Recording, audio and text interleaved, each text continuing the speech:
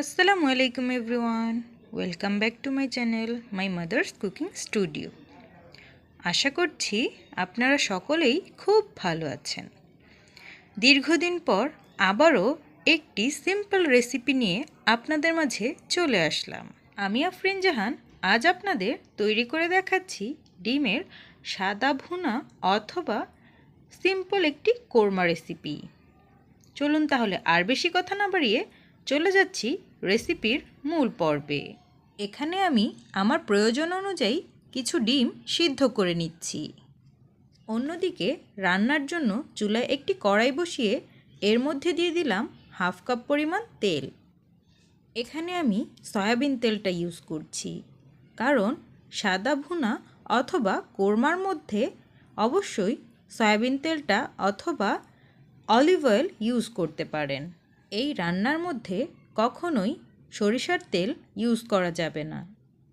এখন পেঁয়াজটাকে মাঝারি আঁচে গোল্ডেন ব্রাউন করে ভাজা হয়ে গেলে এর মধ্যে দিয়ে দেব 1.5 টেবিল চামচ পরিমাণ আদা রসুন পেস্ট। এরই সাথে দিয়ে দিচ্ছি গোটা গরম মশলা। গরম মশলার মধ্যে এখানে রয়েছে 3টি তেজপাতা, 4টি দারুচিনি এবং 3 থেকে 4টি সবুজ এলাচ। এবারে সবগুলো মশলা একসাথে পেঁয়াজের সাথে মিক্স করে হাফ কাপ পরিমাণ পানি দিয়ে দেব।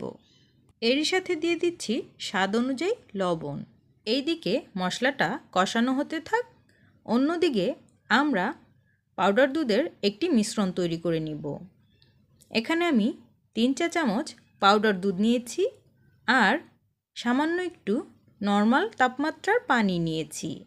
এবারে পানির সাথে পাউডার দুধটাকে খুব ভালোভাবে নেড়ে মিক্স করে নেব। ভালোভাবে মিক্স হয়ে গেলে এর মধ্যে 1 টুকরো লেবুর রস দিয়ে দেব। লেবুর রসটা দেয়া হয়ে গেলে আবারও দুধের সাথে ভালোভাবে নেড়ে মিক্স করে নিব। আপনারা চাইলে গুঁড়া দুধের পরিবর্তে গরুর দুধ দিয়েও এই মিশ্রণটা তৈরি করে নিতে পারেন। এইদিকে কষানো থাকা মশলার মধ্যে দিয়ে দিলাম 4 থেকে 5টি আস্ত কাঁচামরিচ। মশলাগুলো যেন আরও ভালোভাবে কষানো হয় এর জন্য আরও হাফ কাপ পরিমাণ পানি দিয়ে দিলাম। মনে রাখতে হবে যে মশলাটা যত সময় নিয়ে কষানো হবে এর স্বাদটা ততই বেড়ে যাবে।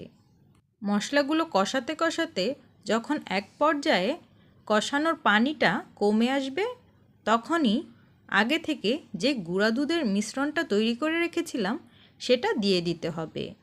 আমরা এই পর্যায়ে যে গুঁড়া দুধের মিশ্রণটা ইউজ করেছি সেটা গ্রেভির মধ্যে একটা ক্রিমি ভাব নিয়ে আসবে, একই সাথে এই রেসিপির স্বাদও দ্বিগুণ করে দিবে। মশলাটা খুব ভালোভাবে কষানোর পর যখন মশলার উপরে তেল ভেসে উঠবে তখনই ডিমগুলো দিয়ে দিতে হবে।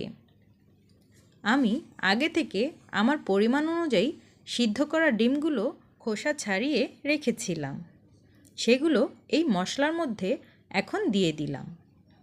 এখন সিদ্ধ করা ডিমগুলো মশলার সাথে 5 থেকে 6 মিনিট ভালোভাবে মিডিয়াম আঁচে কষাতে হবে। মশলার সাথে ডিমটা ভালোভাবে কষানোর জন্য এখানে হাফ কাপ পরিমাণ পানি দিয়ে দিলাম। এবারে পানিটা শুকিয়ে গ্রেভিটা ঘন হয়ে আসার আগ পর্যন্ত রান্না করতে থাকব। এরই মাঝে আমি অফ ক্যামেরায় 1 চা চামচ পরিমাণ গোলাপ জল দিয়ে দিয়েছি। এবারে গ্রেভিটা ঘন হয়ে আসলে খাবার টেবিলে পরিবেশন করার জন্য একদম রেডি।